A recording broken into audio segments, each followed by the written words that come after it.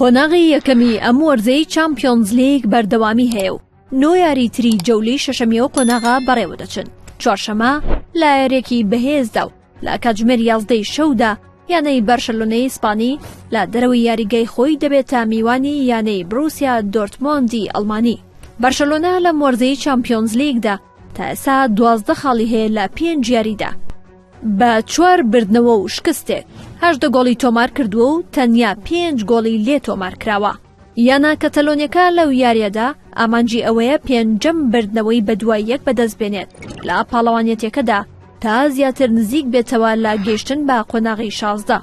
بروسیا دۆرتمۆندیش خاوەنی 12 خاڵە و دەیەوێت با بەدەستێنانی 3 خاڵی ئەو یاریە بچێتە پلەکانی پێشتری ڕیزبەندی.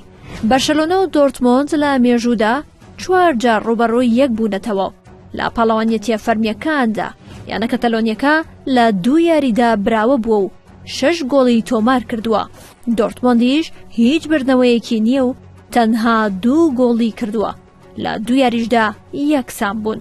لایەرێکی بەهێزی تریشدا یانەی مانچستەر سیتی ئینگلیزی کە بارودۆخی خراپە لە چامپیۆنز لیگدا لە دەرەوەی یاریگەی خۆی دەبێتە میوانی یانەی یوڤانتۆسی ئیتاڵی و هەردوو یانەکەش خاوەنی 8 خاڵن لە 5 یاریدا. مانسیتی و یوڤانتۆس لە مێژوودا 6 جار ڕوبەڕووی یەک بوونەتەوە. خانمە پیرەکە لە 3 یاریدا براوە بوو و 7 گۆڵی تۆمار کردووە. یانە ئینگلیزیەکەش 1 بردنەوەی هەیە و 4 گۆڵی کردووە. لە 2 یاریشدا یەکسان بوون.